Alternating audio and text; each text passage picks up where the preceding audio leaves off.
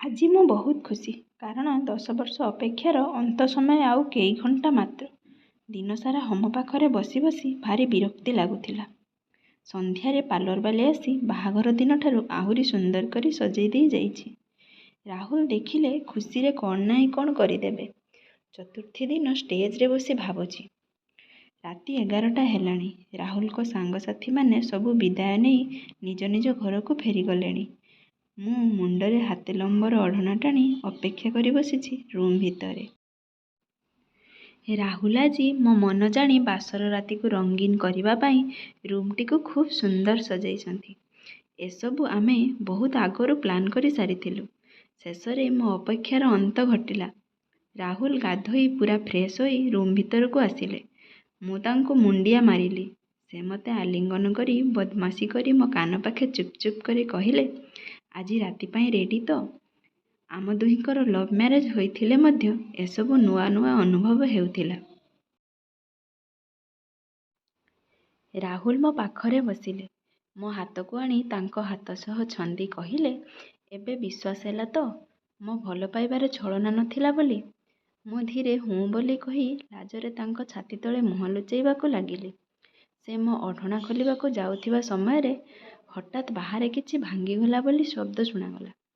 ରାହୁଲ ମୋତେ ତାଙ୍କ ରୁମ୍ ଭିତରେ ରହିବାକୁ କହି ବାହାରକୁ ଗଲେ ଦେଖିବା ପାଇଁ। ପ୍ରାୟ ଅଧା ଘଣ୍ଟା ପରେ ଫେରିଲେ। କହିଲେ, ଟିକିଏ ଅପେକ୍ଷା କର, ଆସୁଛି। ମୁଁ ମନେ ମନେ ଭାବିଲି, ଏଇ ଘରେ ଆମେ 3 ଜଣ ଲୋକ। କାହାର କ'ଣ ଅସୁବିଧା ହୋଇଛି?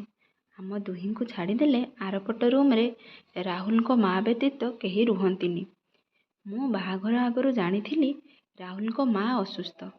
ସେତେବେଳକୁ ରାତି 12ଟା ହେଲାଣି। ନୂଆ ଶାଢ଼ୀ ସହ ନୂଆ ନୂଆ ଗହଣାକୁ ଗ୍ରୀଷ୍ମ ଦିନ ମୋତେ ଭାରି ଯନ୍ତ୍ରଣା ଦେଉଥାଏ। ମୁଁ ବିରକ୍ତିରେ ସବୁ ଖୋଲି ଗାଧୋଇ ଆସି କଡ଼ ଲେଉଟଉ ଟଉ ଦିନସାରାର ଥକ୍କାରେ ମୋତେ ନିଦ ହୋଇଗଲା। ସକାଳୁ ଉଠି ଦେଖିଲି ରାହୁଲ ମୋ ପାଖରେ ଶୋଇଛନ୍ତି। ମୁଁ ରାଗରେ ଜର୍ଜର ହୋଇ ରୁମ୍ରେ ସଜା ହୋଇଥିବା ଫୁଲ ସବୁକୁ ନେଇ ବାହାରେ ଫୋପାଡ଼ି ଦେଲି।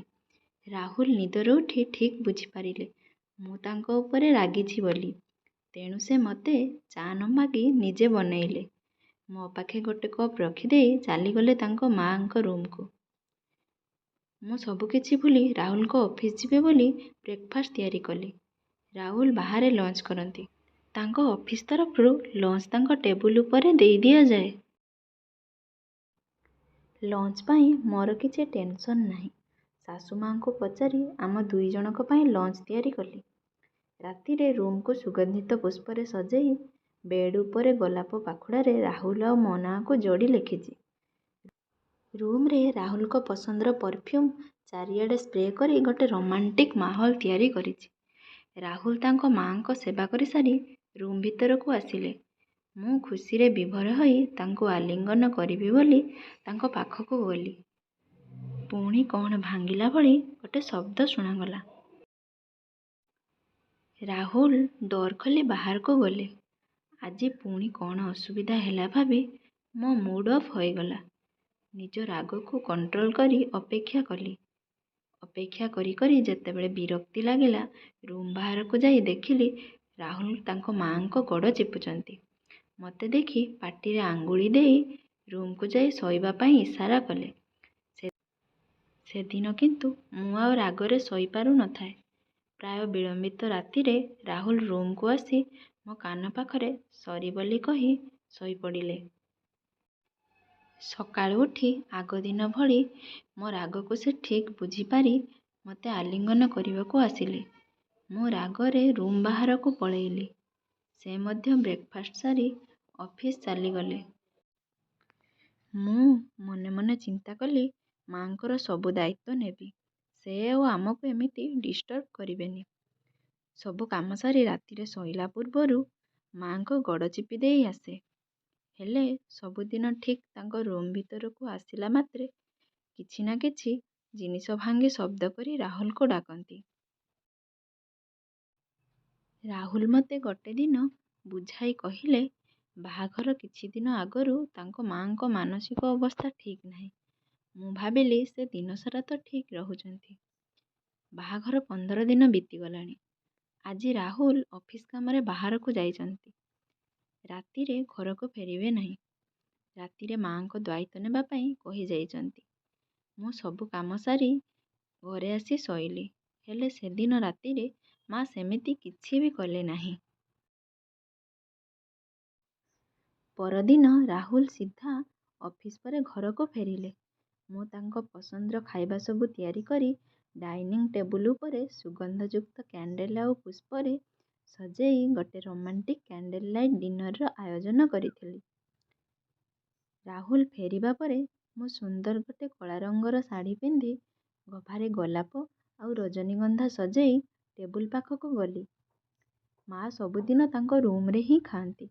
ସେଥିଲାଗି ତାଙ୍କ ଖାଇବା ତାଙ୍କ ରୁମ୍ରେ ଦେଇ ଆସି ଟେବୁଲ ଉପରେ ପ୍ଲେଟ୍ରେ ସର୍ଭ କଲି।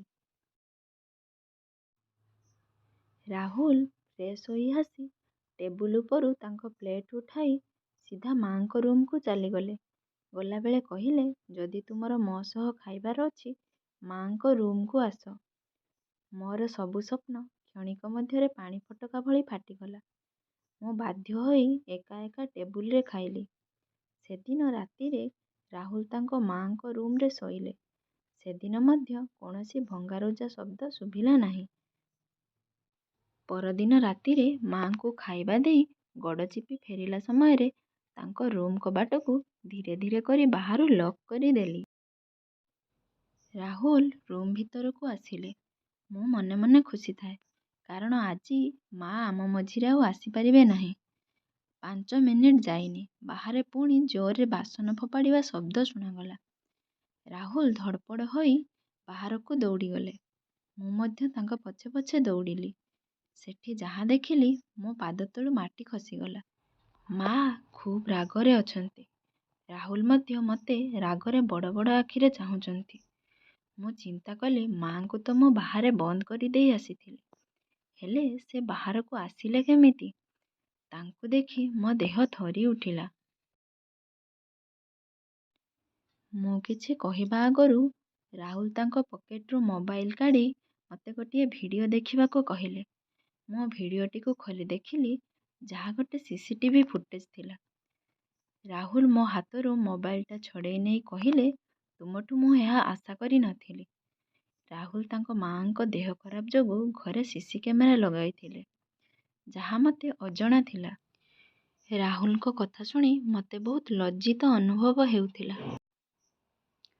ରାହୁଲ ତାଙ୍କ ମାଆଙ୍କ ପାଖକୁ ଯାଇ କହିଲେ, ମା, ମୁଁ ଜାଣେ ତୁମର କୌଣସି ମାନସିକ ରୋଗ ନାହିଁ।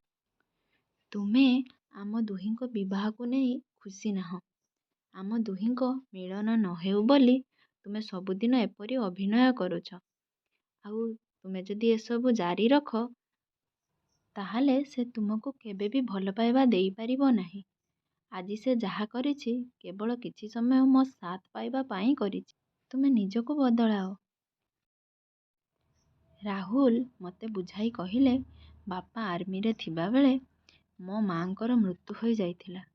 ବାପା ଦ୍ୱିତୀୟ ବିବାହ କରିଥିଲେ ମଧ୍ୟ ମାଆଙ୍କୁ କେବେ ବି ତାଙ୍କ ପତ୍ନୀର ଅଧିକାର ଦେଇନଥିଲେ। ବାପା ସବୁଦିନ ମୋ ସହ ସମୟ ବିତାଉଥିଲେ, କେବେ ବି ମାଆଙ୍କ ପାଇଁ ସ୍ୱାମୀର କର୍ତ୍ତବ୍ୟ କରିନଥିଲେ। ହେଲେ ମା ମୋ ପ୍ରତି ଅବହେଳା କରିନଥିଲେ।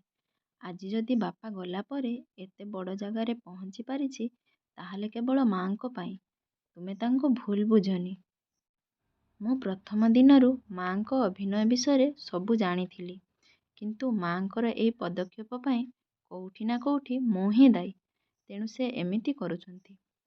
ରାହୁଲଙ୍କ ମା ତାଙ୍କ ଭୁଲ ବୁଝିପାରିଥିଲେ। ପରଦିନ ରାତିରେ ସେ ଆମ ଦୁହିଁଙ୍କ ମନପସନ୍ଦର ଖାଇବା ତିଆରି କରି ଟେବୁଲ ଉପରେ ସୁଗନ୍ଧିତ ପୁଷ୍ପ ଆଉ କ୍ୟାଣ୍ଡେଲ ସହ ଖାଇବା ରଖି ନିଜ ଖାଇବା ନେଇ ରୁମ୍କୁ ଚାଲିଗଲେ। ମୋ ଗଭାରେ ଗଜରା ଆଉ ଗୋଲାପଟିଏ ଖସିଦେଇ କହିଲେ, ମୋତେ କ୍ଷମା କରିଦେବୁ। ଆଜିଠୁ ତୁ ମୋ ବୋହୂ ନୁହଁ, ମୋ ଝିଅ। ଏବେ ଆମେ ମା ଝିଅ ପରି ଅଛୁ। ଏବେ ଆମର ଝିଅଟିଏ ମଧ୍ୟ ହୋଇଛି। କାହାଣୀଟି ଭଲ ଲାଗିଥିଲେ ଭିଡ଼ିଓଟିକୁ ଲାଇକ୍ କରନ୍ତୁ। Please subscribe. Thanks for watching.